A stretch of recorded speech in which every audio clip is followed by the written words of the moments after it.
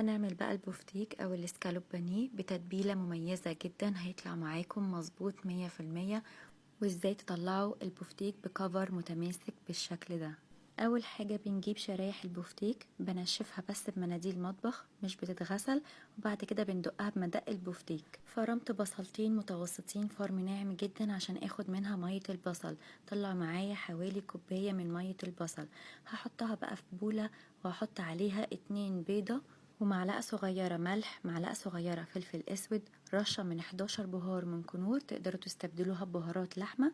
وهنزل بكوباية من الدقيق، نزلت بنصها الاول وهقلبها، وبعد كده هنزل بالنص التاني واحدة واحدة لحد ما تلاقوا الخليط بقى متجانس، وفي نفس الوقت هتلاقوه تماسك شوية. بعد كده هننزل بشرايح البفتيك، هقلبها كويس جدا في التتبيلة، هخلطها كويس جدا ومش اقل من ساعتين، ويفضل لو ليلة كاملة. للكفر هستخدم بقسماط ناعم، وهحط عليه معلقة صغيرة من الفيجيتوري سبايسي، وهقلبهم كده، وده يبقى الكفر الاخير. بعد ما قعدنا البفتيك في التتبيلة لمدة ليلة كاملة، هنزل بقى بشريحة شريحة من البفتيك على البقسماط بالشكل ده، اغطيها من جميع الجوانب. ومهم جدا ان احنا نضغط بايدينا كويس جدا على البفتيك عشان نخلي الكفر يبقى متماسك. وكده كده التتبيلة اللي احنا حطيناها في البفتيك دي بتساعد على ان الكفر يطلع معانا متماسك. هنا بقى هنريحها من 10 دقايق لربع ساعة في التلاجة، ده اختياري على حسب الوقت اللي عندكم. بعد كده بقى هنحضر الزيت غزير سخن جدا، بس على درجة حرارة أقل من المتوسط عشان البفتيك ياخد السوا معانا، وفي نفس الوقت لازم الزيت يكون سخن.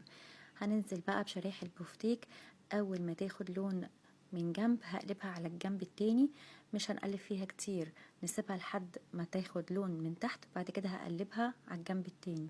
شايفين بقى شكل البفتيك طالع عامل ازاي؟ خطير، والكفر متماسك جدا، طعم وريحة تحفة. بعد كده هنسلق مكرونة 400 جرام في مية مغلية، وهحط معلقة صغيرة من الملح من 10 دقايق لربع ساعة. وزيادة التأكيد هتخرجوا واحدة، هتقسموها كده هتلاقوها ان هي خلاص استوت، هتخرجوها بقى تصفوها من مية المكرونة. وبعد كده هنعمل الصلصة. هنحط معلقتين كبار من الزيت، وهننزل بعصير الطماطم، هصفيه كده بالشكل ده. دول 4 طماطمات متوسطين، ضربتهم كويس جدا، وبعد كده صفيتهم ونزلت بيهم على الزيت.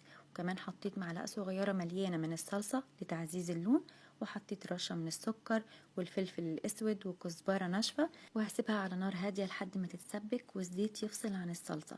بعد كده هحط معلقة صغيرة من الملح، وهنزل بالمكرونة اقلبها، وهدي النار واحط الغطا لحد ما تتبخر. طعمها بقى كان جبار، هتطلع معاكم بالشكل الخطير ده، مظبوطة 100%.